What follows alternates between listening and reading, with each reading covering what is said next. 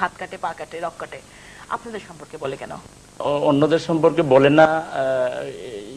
না, এই জন্য অন্য আমাদের সম্পর্কে বলে এই জন্যই এটা সঠিক এটা মনে করার কোনো কারণ। আমি বারবার অন্যদের সম্পর্কে বলে কি বলে না, ধরনের কথা বলে না, কিন্তু আপনাদের সম্পর্কে আমার মনে হয় আপনিও যখন ছোট ছিলেন তখন থেকে আপনিও শুনে এসেছেন যে শিবির হাত কাটে, পা কাটে, রক কাটে। এটা একটা কৌশল তাদের, শিবিরের বিরুদ্ধে যদি আমাদের বিরোধী পক্ষের। এই বিরোধী পক্ষটা কারা? শুধুমাত্র যারা আমাদেরকে পছন্দ করে না, তারা যারা আমাদের প্রতিপক্ষ যারা, তারা আওয়ামী লীগ। শুধু কেন আওয়ামী লীগ, অনেকে আছে বিএনপিও, ছাত্র যুবদল না, সেটা আমি বলছি না। আমি বলছি যারাই যে বিএনপির কি বলে, যারাই আমাদের বিরুদ্ধে আছে, আমাদেরকে যারা পছন্দ করে না, তারা আমাদের বিরুদ্ধে রাজনৈতিক হাতিয়ার হিসেবে এই অপপ্রচারটা করে। ইসলামী ছাত্র শিবিরকে যদি বলা হয়, ইসলামী ছাত্র শিবিরকে যদি বলা হয় যে শিবির নামাজ পড়ে না, মিথ্যা কথা বলে, খারাপ কাজ করে, তারা সমাজে কোনো অন্যায় কাজ করে, এগুলো বিশ্বাস করবে না। আমরা জানি শিবির, অফকোর্স আমি আপনার সঙ্গে আমি সত্যকে স্বীকার করব, আমরা জানি শিবির একটি অত্যন্ত ওয়েল অর্গানাইজড সংগঠন, উই নো দ্যাট, এবং সত্যি কথা এটা আমরা সবাই জানি এবং আমার মনে হয় সবাই স্বীকার করবে। কিন্তু শিবির যে মিথ্যা কথা বলে না, এটা আর বিশ্বাস হচ্ছে না। যাই হোক, শিবির যে মিথ্যা কথা বলে না, শিবির নামাজ পড়ে, তারা খুব ওয়েল অর্গানাইজড, তাদের ব্যবহার ভালো, সেটাও আমরা জানি। শিবির মোটেই মিথ্যা কথা বলে না, সত্যের উপরে আমাদের রাজনীতি, সেটা আমরা সত্যের উপরে আমাদের রাজনীতি, আমাদের টোটাল রাজনীতিটা হলো সত্যের উপরে। আচ্ছা, আপনার কাছে পরবর্তী যে প্রশ্ন সেটি হচ্ছে যে আপনারা সাধারণত বিভিন্ন রকম দুর্নীতির সঙ্গে যুক্ত থাকেন এবং পরবর্তীতে আমরা বলতে কারা বোঝাচ্ছেন?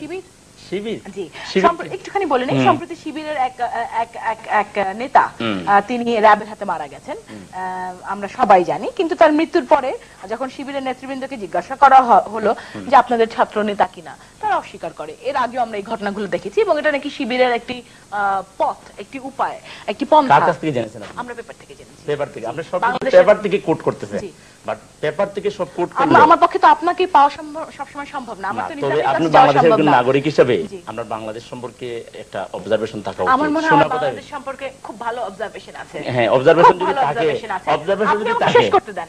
তিনি শিবিরের একজন নেতা, তিনি শিবিরের একজন নেতা এবং তিনি র্যাবের ক্রসফায়ারে তিনি প্রাণ হারিয়েছেন, কিন্তু আপনারা স্বীকার করেন না যে তিনি শিবিরের কেউ র্যাবের ক্রসফায়ারে মারা যায়নি, কারণ শিবির সন্ত্রাসের সাথে জড়িত নয়। আর দুর্নীতির কথা বলছেন আপনি, এটা একটা হাস্যকর বিষয়। ইসলামী ছাত্র শিবির একমাত্র ছাত্র সংগঠন যাদের মূল কাজই হচ্ছে ভালো মানুষ তৈরি করা। সেখানে শিবির কি কমাতে আছে নাকি? দুর্নীতি করবে কোত্থেকে, কিভাবে দুর্নীতি করবে? শিবির আছে ক্যাম্পাস গুলোতে। শিবির বাংলাদেশের যেসব ছাত্র সংগঠনগুলো বিভিন্ন রকম দুর্নীতি, বাংলাদেশ ইসলামী ছাত্র শিবির একমাত্র ছাত্র সংগঠন যারা করাপশন ফ্রি, যারা একমাত্র সংগঠন। কেউ বলতে পারবে না যে আমরা কোন ছাত্রের কাছ থেকে অথবা কোনো মানুষের কাছ থেকে, কোনো ব্যবসায়ীর কাছ থেকে 1 টাকা আনডিউ আমরা কোনো টাকা নিয়েছি অথবা কোনো মানুষের কাছ থেকে আমরা উৎকোচ গ্রহণ করেছি। এটা একমাত্র সংগঠন। আপনি যদি আমাদের জাত দুশ্মনকেও যদি প্রশ্ন করেন, সেও বলবে যে না, শিবির এইসব থেকে ফ্রি। আপনারা নিজেদের নেতৃবৃন্দদের হত্যা করে থাকেন, ছাত্র নেতাদের। একদম absolutely wrong information, absolutely wrong information. আমাদের সংগঠনে এই ধরনের কোনো ইয়া নাই, এই ধরনের কোনো। বর্তমান বিশ্বে ইসলাম বিরোধী একটি প্রচার আমরা দেখতে পাচ্ছি, স্পেশালি এই ধরনের পাশ্চাত্য দেশগুলোতে। এটি কেন? এই যে মৌলবাদী একটা শব্দের সঙ্গে যে তাদের বিক্ষোভ, এটা কেন আপনাদের মতো দলগুলোর জন্য? আপনি দেখেন যে ইসলাম সম্পর্কে আপনি চ্যানেল 3-তে গতকালকেও একটা অনুষ্ঠান প্রচার করেছে, বিবিসি থেকে। সেখানে ইসলামের যে গ্লোরিয়াস ইতিহাস সেটা তুলে ধরেছে। আপনি ইসলাম এবং মুসলমান কখনোই মৌলবাদ অথবা সন্ত্রাস অথবা টেরোরিজমের সাথে কোনো কালের সম্পর্ক ছিল না, এখনো নাই। ট্রু মুসলিম কখনোই সে টেরোরিস্ট হইতে পারে না এবং সে কখনো মৌলবাদী হইতে পারে না। মৌলবাদটাকে একটা ইসলামের বিরুদ্ধে একটা হাতিয়ার হিসাবে এটা পশ্চিমারা ব্যবহার করে থাকেন। আমার দৃষ্টিতে তারা অনেকে না জেনে এটা প্রচার করে থাকেন, বলে থাকেন। প্রকৃত মুসলমান তারা যে অর্থে যে এটাকে, তালিবানদের আপনারা কিভাবে দেখছেন? না, তালেবানের সাথে তালেবান কারা? তালেবান তো তালেবান নামে কোনো শক্তি পেবান নাই না, কিন্তু তালেবানদের আপনারা কিভাবে দেখেন? আমরা তালেবান অথবা এই যে বিভিন্ন রকম বিভিন্ন ধরনের স্লোগান ছিল, বাংলা হবে তালেবান, এরকম স্লোগান জানেন না? আমি জানি না। আমাদের সংগঠনের মধ্যে এরকম কোনো উচ্ছৃঙ্খল কর্মী নাই এবং কোনো স্লোগান। জানতে চাচ্ছিলাম তালেবানকে আপনারা কিভাবে দেখেন? আমরা তালেবান বলেন অথবা যে কোনো ধরনের এমন কোনো কাজ যেটাকে আপনি বলেন যে তালেবানদের যে কর্মসূচি, তালেবান ছিল আফগানিস্তানে, তালেবানের সাথে বাংলাদেশের তো কোনো সম্পর্ক নাই। না নাই, কিন্তু তারপরে যেমন আমরা জানি যে ফিলিস্তিনি লিবারেশন ওয়ার আমরা তাদের সাপোর্ট করি কারণ তারা স্বাধীনতা চাচ্ছে, ঠিক এরকম আপনার কাছে জানতে চাচ্ছিলাম তালেবানদের সাথে আমাদের কোনো সম্পর্ক নেই। আমি যাচ্ছি তালেবানদের আপনারা কিভাবে দেখেন? আমি আসলে রিয়েলি তালেবান সম্পর্কে আমি যা শুনেছি, আমি তালেবান সম্পর্কে, তালেবান কারা, তারা কি করে সে সম্পর্কে আমি তেমন কিছু জানি না। বাস্তবতা এইভাবে আমাকে অজ্ঞই মনে করতে পারেন যে আমি তালেবান কি জিনিস।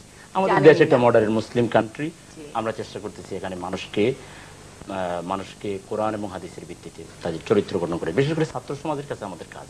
আমরা ছাত্র সমাজকে আগামী দিনের দেশপ্রেমিক হিসাবে তারা যদি দেশের জন্য কিছু করতে পারে, মানবতার জন্য কিছু করতে পারে, তারা যেন মানুষের কল্যাণে কিছু। আমরা দেখলাম আমাদের দেশের ছাত্র রাজনীতি, একসময় ছাত্র রাজনীতির একটা সুনাম ছিল, 52, 69, তারপরে স্বাধীনতা আন্দোলন, এগুলোতে ছাত্র সমাজের বিরাট ভূমিকা ছিল। ইভেন 90-এর দশকে স্বৈরাচার বিরোধী আন্দোলন, কিন্তু ছাত্র রাজনীতির অনেক চেঞ্জ হয়ে গিয়েছিল স্বাধীনতা উত্তর। আমরা চাচ্ছি এটাকে চেঞ্জ করতে। আমরা ছাত্র রাজনীতিকে মেধাভিত্তিক, সন্ত্রাস মুক্ত, আমরা ক্রিয়েটিভ এবং কনস্ট্রাকটিভ। দেখেন, ছাত্র শিবিরই একমাত্র সংগঠন যারা সন্ত্রাস থেকে মুক্ত, এবং ছাত্র শিবিরের বিরুদ্ধে সন্ত্রাসের অভিযোগ কেউ প্রমাণ করতে পারেনি। আওয়ামী লীগের আমলেও বহু অপারেশন হয়েছে, তারা প্রমাণ করতে পারেনি। বর্তমান সরকারের আমলেও আপনারা জানেন বিভিন্ন অপারেশন হয়েছে। ইসলামী ছাত্র শিবির আলহামদুলিল্লাহ একমাত্র ছাত্র সংগঠন যারা তাদের কর্মীদেরকে কোরআন পড়ায়, হাদিস পড়ায়, এবং তাদেরকে দেশপ্রেমিক হিসেবে তৈরি করে, এবং তাদেরকে মানবতার কল্যাণে কাজ করার জন্য বলে। রক্তটা শিখায় না তো, এটা ভুল কথা। আসলে শিবিরকে তো অন্য কথা বললে কেউ বিশ্বাস করবে না, সেজন্য রক্ষাটা একটা প্যানিক তৈরি করার জন্য। আপনাদের সম্পর্কে আমি যদি স্বীকার করতে পারি, আপনি একটা কথা বলেন, আপনি একজন যে আমি শিবিরকে ভয় পাই, আমার ধারণা শিবির রক্ষাটা। আপনি ব্যক্তিগতভাবে শিবিরকে ভয় পাওয়ার কোনো কারণ নেই। আপনি কি শিবিরকে কোথাও রক্ষাতে দেখছেন নাকি? আপনি কেন ভয় পাবেন?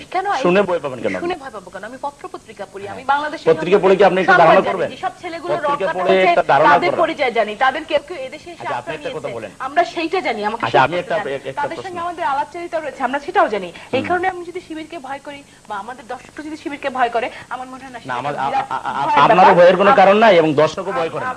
দর্শক শিবিরকে লাইক করে, শিবিরকে পছন্দ করে। আপনাদের আমি একটা কথা আপনাকে জিজ্ঞেস করি, যদি কখনো ক্ষমতা আসে, this is my রক্ষাটা প্রসঙ্গে একটা কথা, this is my show and I will ask you questions.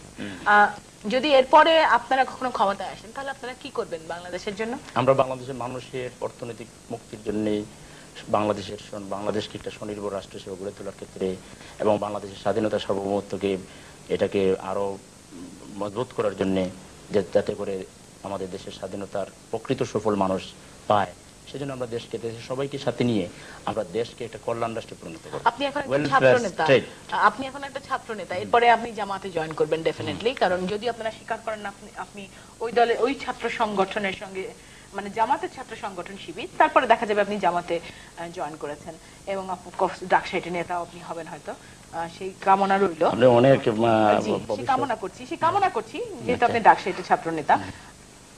আপনি আপনার দেশকে কি দিবেন?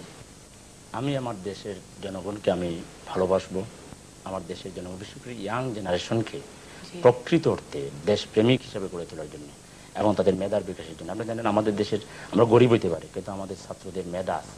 এখানেও আপনি এই লন্ডনে দেখবেন যারা পড়ালেখা করতেছে, আমাদের ছেলেরা মেয়েরা ভালো রেজাল্ট করতেছে, ভালো, ইভেন আপনি ভালো ভূমিকা রাখতেছেন মিডিয়াতে।